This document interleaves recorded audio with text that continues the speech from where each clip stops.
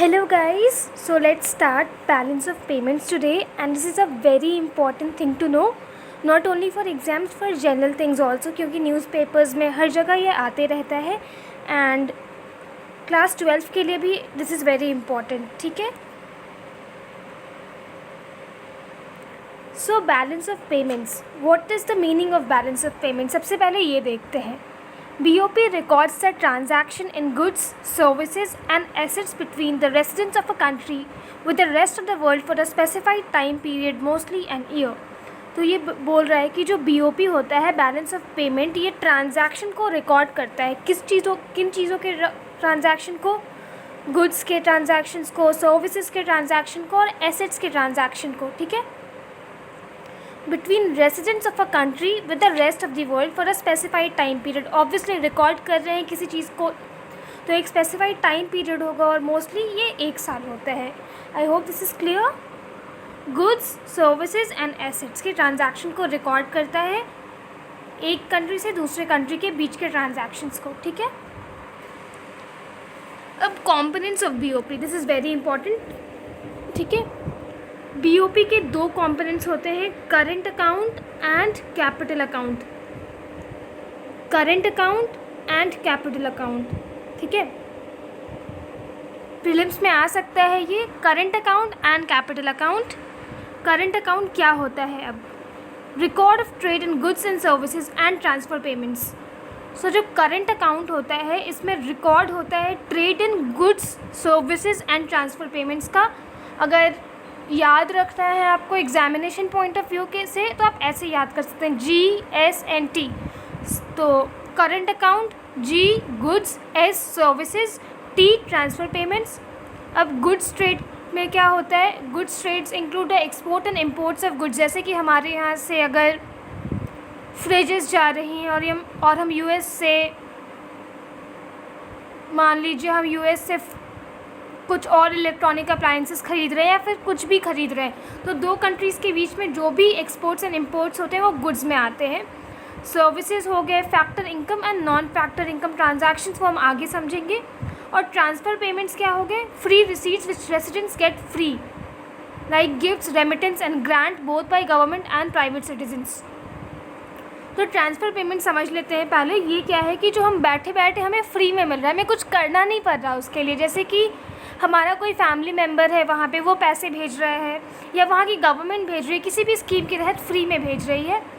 And gifts हो गए या फिर ग्रांट्स अगर मिल रहे हैं both by government and private citizens, तो वो हो गए transfer payments. Let's move forward.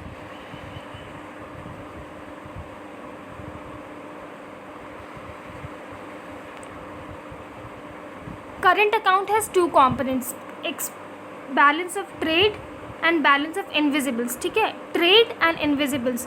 तो ट्रेड में क्या हो गया? गुड्स हो गया. गुड्स क्या? एक्सपोर्ट होगा. एक्सपोर्ट होगा मतलब हम सामान बेच रहे हैं तो हमारे पास पैसे आएंगे, तो जाहिर सी बात है वो क्रेडिट अकाउंट में आएगा. इम्पोर्ट कर रहे हैं अगर, तो मतलब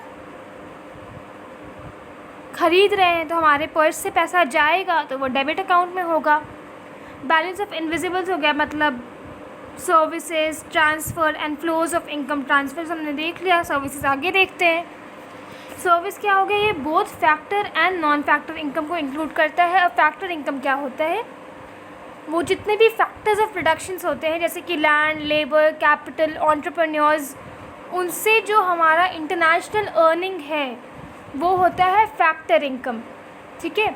factor income includes net international earning. ठीक है. नेट इंटरनेशनल अर्निंग यहाँ का और दूसरे कंट्री का माइनस कर जो नेट निकलता है वो होता है factor income. Non factor income is net sale of service. ठीक है. Like shipping, banking, tourism, software. तो net word is the key word over here. Please keep this in mind. Net word. Okay. And then we have capital account. वो current account हो गया goods services and transfer payments वाला. अब capital account वो होता है, it records all international transaction of assets. ठीक है. Goods, services, transfer payments, current account, assets, capital account. ठीक है. And asset is any of the form in which wealth can be held. जैसे कि मान लीजिए आप सोना खरीदते हैं या अपनी कार बेचते हैं, कार बेचेंगे तो आपको पैसा मिलेगा, सोना खरीदेंगे तो आपको पैसा लगेगा। तो ऑब्वियसली परचेज ऑफ एसेट मतलब आपके वॉलेट से पैसा जाएगा और सेल ऑफ एसेट मतलब आपके वॉलेट में पैसा आएगा। तो परचेज डेबिट हो गया, सेल क्रेडिट हो गया। अब कैपिटल अकाउंट के भी 3 कंपोनेंट्स हैं, investment which can be direct as well as portfolio, external borrowing and external assistance. Investment हो गया, direct investments include FDI, equity capital, re invested earning. This is very important from the point of view of prelims. FDI, equity capital, re invested earnings are direct investment, ठीक है। Direct investment FER, ठीक है।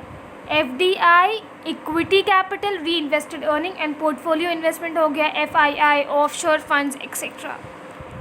External borrowing हो गया, external commercial borrowing and short term debt. This year external commercial borrowing was in news, please go through that. External assistance governmental aid हो गया या फिर लोन्स हो गए। एड और लोन्स में ज़्यादा अंतर नहीं है, यही है कि एड किसी स्पेसिफिक मकसद से दिया जाता है और इसको रीपे मतलब कोई सेटबैक अगर सफ़र हुआ है तब एड्स दिया गया जाता है। जैसे कि IMF ने हमें हेल्प किया था, बेल आउट दिया था 1990 में। BOP surplus and deficit, obviously अगर ख़रीद और बिक्री इन्वॉल्व है किसी भी चीज़ में तो सरप्लस एंड डेफिसिट होगा। मान लीजिए अगर आप एक दुकानदार हैं और आप सामान ख़रीद रहे हैं होलसेल से लेकिन आप बेच नहीं पा रहे हैं तो क्या होगा, आपके पास जो आपका नेट अकाउंट होगा वो डेफिसिट में चला जाएगा क्योंकि आप ख़रीदने में ज़्यादा पैसा दे रहे हैं और आपको मिल नहीं रहा उतना पैसा बेचकर। वैसे ही कंट्रीज़ में अगर होता है BOP डेफिसिट होती है तो RBI के पास जो फॉरेक्स होता है, फॉरेन एक्सचेंज रिज़र्व, उसको RBI बेचता है और उसको बेचने से जो पैसे मिलते हैं हमें उससे हमारा डेफिसिट पूरा होता है। तो इस सेल को क्या कहा जाता है, ऑफिशियल रिज़र्व सेल, ठीक है। Mark this, official reserve sale. और इस सेल के कारण जो RBI का जो रिज़र्व है, इंडिया का जो रिज़र्व है RBI के साथ, उसमें जो कमी आ जाती है उसको कहते हैं ओवरऑल बैलेंस ऑफ डेफिसिट, ठीक है। और ट्रांजैक्शंस 2 टाइप के होते हैं, इंटरनेशनल ट्रांजैक्शन, एक ऑटोनॉमस ट्रांजैक्शन और दूसरा अकोमोडेटिंग ट्रांजैक्शंस। तो फर्स्ट टाइप में ये होता है कि कोई रीज़न ये नहीं होता है कि इक्विलिब्रियम इस्टेब्लिश करना है या फिर डेफिसिट को पूरा करना है, वो सिर्फ नॉर्मल होता है। और फिर दूसरा वाला जो होता है वो जो गैप होता है उसको ब्रिज करने के लिए किया जाता है। मान लीजिए पहले वाले ऑटोनॉमस से आपने ख़रीद बहुत सारा लिया लेकिन बेच नहीं पाया आप, तो आपके पास डेफिसिट हो जाएगा। फिर आपको कुछ करना पड़ेगा, जैसे कि RBI बेचती है तो इस बेचने की क्रिया को कहते हैं अकोमोडेटिंग ट्रांजैक्शंस। ये ब्रिज करने के लिए होता है गैप को, ठीक है। I hope this is clear and thank you. Please like, share and review if you found this helpful. Thank you.